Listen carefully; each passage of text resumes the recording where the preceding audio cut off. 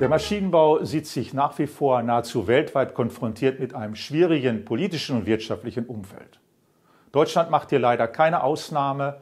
Der VDMA senkt deshalb seine Prognose für die reale Maschinenbauproduktion 2024 auf -8%.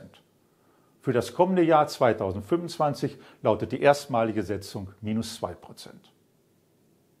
Besonders enttäuscht hat der Auftragseingang im zweiten Quartal. Letztlich die Basis für die Produktion im zweiten Halbjahr. Hinzu kommen rückläufige Frühindikatoren, auch nahezu weltweit, also in wichtigen Absatzmärkten in Europa, aber auch in den USA und China. Hintergrund sind hartnäckig hohe Zinsen, aber auch die anhaltenden geopolitischen Belastungen. Im Maschinenbau selbst kommt noch ein hoher Lagerbestand, insbesondere bei Teilen und Komponenten, also typischen Zulieferern unserer Branche hinzu. Allerdings, die Erholung wird damit nicht komplett abgesagt. Sie verschiebt sich auf das kommende Jahr. Wir rechnen mit einem Tiefpunkt der Produktion im ersten Quartal.